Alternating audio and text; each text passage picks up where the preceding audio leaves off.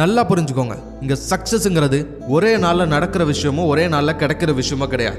நான் ஒரு நாள் சந்தோஷமாக இருப்பேன், ஒரு நாள் நான் நிம்மதியாக இருப்பேன், ஒரு நாள் நான் நினச்ச லைஃப் ஸ்டைலை வாழுவேன், ஒரு நாள் நான் நினச்ச வேலையில் இருப்பேன் அப்படின்னு ஏதோ ஒரு நாளுக்காக நீங்கள் வெயிட் பண்ணிக்கிட்டு இருக்காதீங்க.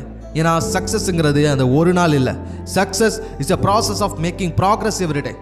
அதாவது தினமும் நீங்கள் முன்னேறணும், தினமும் உங்களோட கோலை நோக்கி ஒரு அடி எடுத்து வைக்கணும். உங்களுக்குன்னு கொடுக்கப்பட்ட ஒவ்வொரு நாளையும் உங்களோட இலக்கை அடையிறதுக்கான முயற்சியை முழு மனசாக நீங்கள் கொடுத்துருக்கணும்.